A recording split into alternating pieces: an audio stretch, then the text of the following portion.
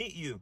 And so once you get into a relationship with a narcissist, and let's say you marry the narcissist or anything like that, you're only human. And so the narcissist will do some very unthinkable things. They will cheat on you. They will assault you. They will slap you in the face. They will give you venereal illnesses, diseases, right? They'll cheat on you. They'll impregnate someone else, multiple people. And so what will happen is you will revolt. You will admonish the narcissist for such transgressions, and the narcissist will then be forced to get you back in line, because the moment you disagree with the narcissist is tantamount to breaking the perfectly choreographed impression of that photo they have for you.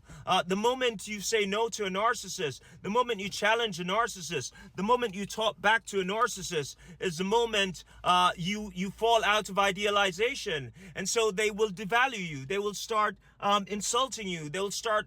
The entire purpose of devaluation is to get you back into the mold, right? It's to fix you. It's two purposes. It's to get, ultimately it is to get you back into the idealized frame of reference. But it's also to protect the narcissist when they're devaluing you, because they can't have you sit around and challenge them all day. It will break.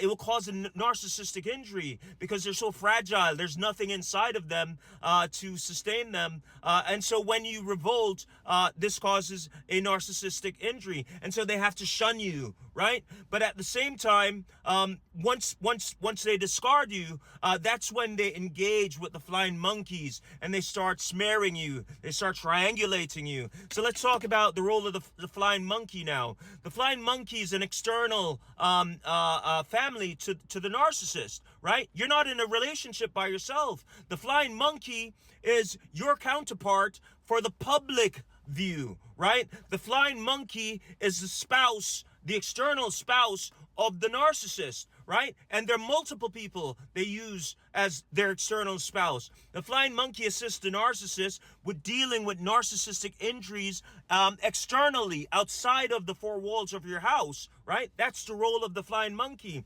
And so you'll see the narcissist engage with the flying monkey to go after other people, to admonish other people, your neighbors, the people in your church. They'll get together with their flying monkeys and they will go after someone who breaks that idealized frame of reference for them and get them back in line into that perfect mold, into that perfect idealization. If the pastor of the church gets out of line, the synagogue, the masjid, the narcissist will engage with the flying monkeys to get the pastor back in line, because they have an idealized image of who the pastor is supposed to be, right? Or who the clergy is supposed to be, or anybody else, right? And so that's what they do. And so this is an external partner to the narcissist. Maybe they're not intimate, but sometimes they are, right? And so therefore they're already having an affair with the flying monkey, and that's why the flying monkey is so loyal.